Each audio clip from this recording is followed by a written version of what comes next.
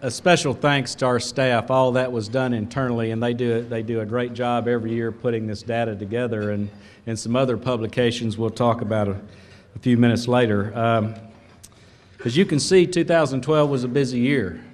There were several scenes in there you probably have some questions about, but I'll just make a comment that it just takes teamwork, and we do whatever we have to do to get the job done around here. So that's the way it works around here. So at this time, I'd like to talk a little bit about 13. And at this time, I'd like to ask our city manager, Alan Bogard. Alan, if you would please join me on the stage, and we will continue our program. So, Alan.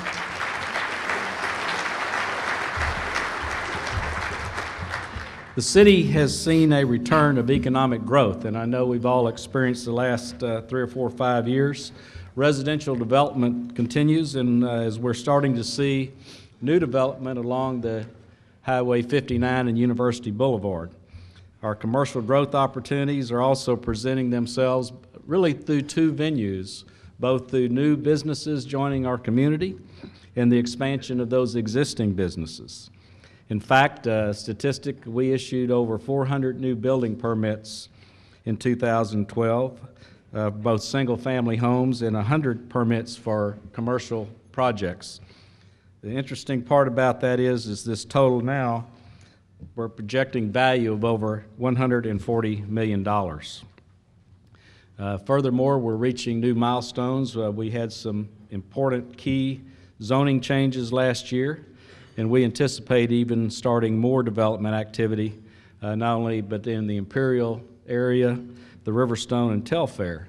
And as a note, I know we have several of the development communities here today.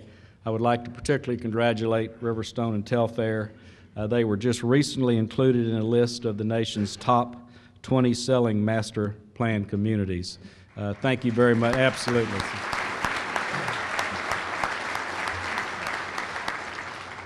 Truly, our success is their success, and vice versa, and it's a privilege to have those 2 organizations both in the city and in our ETJ. Looking forward to 2013, we will continue, and I use the word to attract targeted businesses. We have a significant plan, both at national and international business to our community. Some of those recently announced have been Texas Instruments, Costco, Team Industrial Services, Validus, ICAP Energy, and a division of United Healthcare called Optum RX. And combined, these cities, our businesses will bring over 1,000 jobs to the city of Sugar Land. So another part,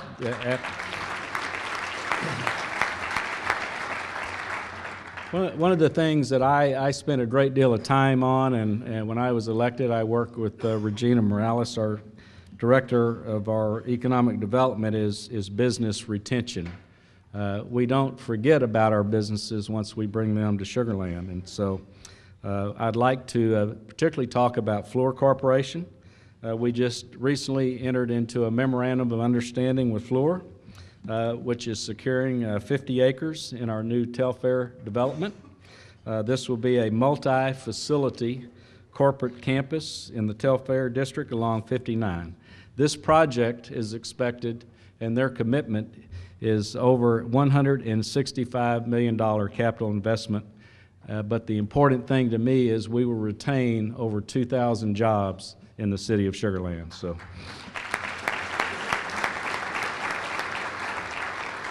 In addition, I mentioned expansion of current businesses. We have recently announced this past year expansion of Noble Drilling Services, World Trading, and Schlumberger, who've been corporate partners for many, many years. And I know we have many of those representatives here today as guests of our Economic Development Department, and I wanted to thank each and every one of you for your confidence in being in the city of Sugar Land. So.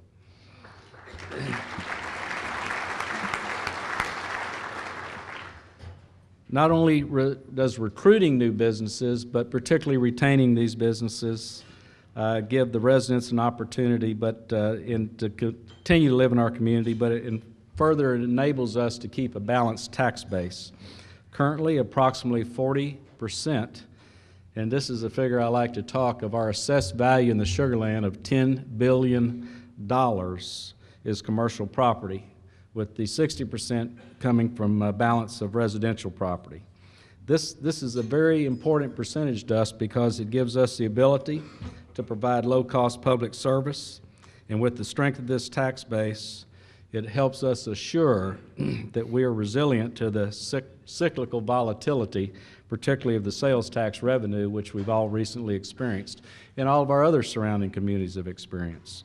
Aggressive business retention and recruitment are critical to our economy and financial stability, and it's something we could not do alone.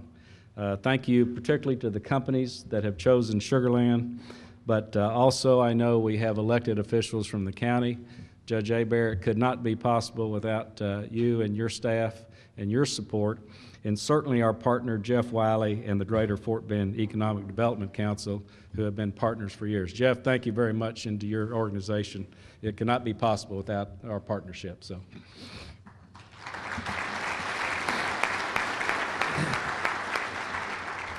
Additionally, with the successes of venues such as the Houston Museum of Natural Science at Sugar Land, and of course Constellation Field, which I don't think it's any coincidence that was the first highlight of the film. I don't know how that happened.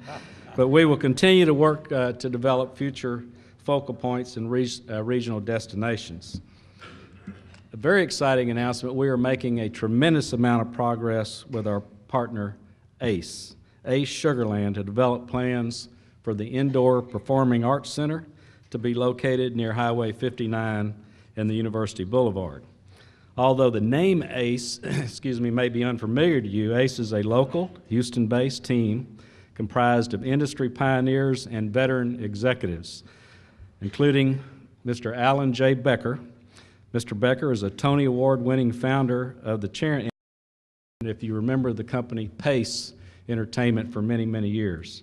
And his leadership team brings over 175 years of experience in both public and private partnership, and they will be the key to the development and success of these international venues, which they've done all over the world. Among the live entertainment ACE has developed and currently are working on, if those that are familiar with San Antonio, is the Majestic Theater in San Antonio. They operate the Boston Opera House. Currently, they're working to restore the, I believe it's the Sanger Theater in New Orleans and the King's Theater in Brooklyn. And certainly, without a doubt, their experience is nothing short of impressive. Mr. Becker, thank you for being here today with us. It's a real privilege to have you, sir.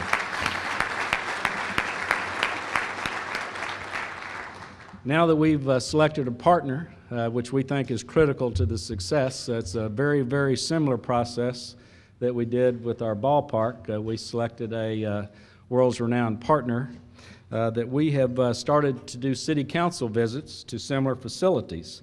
And these visits have proven to be tremendously successful, as we've seen the things that we like and do not like. And so with the feedback from the council, the City Economic Development Committee, as well as staff, from many different departments, we've been working with ACE and a team of architects to put together the initial design and the programming concepts.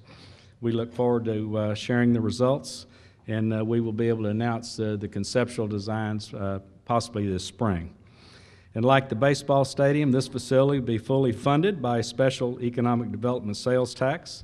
In this case, we will use the Sugar Land Development Corporation, or what we call the 4A Corporation. And this will be also commercially operated, be a public-private partnership by our partner. So we anticipate finalizing agreements with ACE and completing these documents by the end of 2013. Following, we will have about a 18 to 24-month construction period, and we anticipate that the Performing Arts Center will be open at the end of the 2015 calendar year. Now, Mayor. Yes. Mayor, I think we've had this problem before. Remember that ballpark that we had to get built in a year?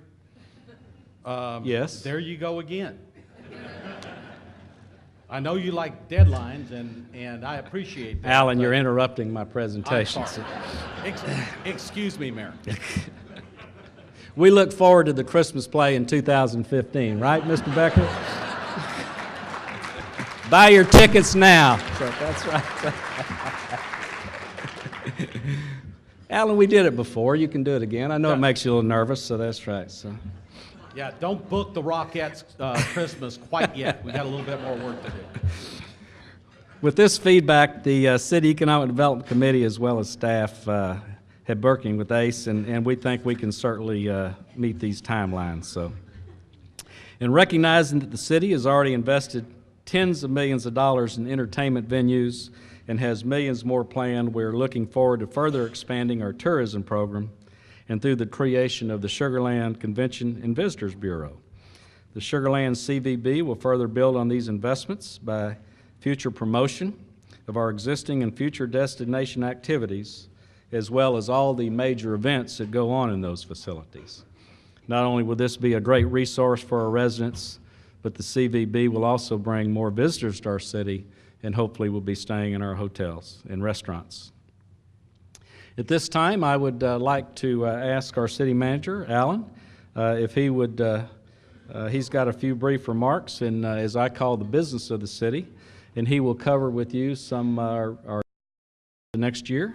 What I know many of you have a great deal of interest in is our capital projects and also our environmental stewardship. Alan, at this time, I'd like to turn it over to you for a few minutes, please. Thank you.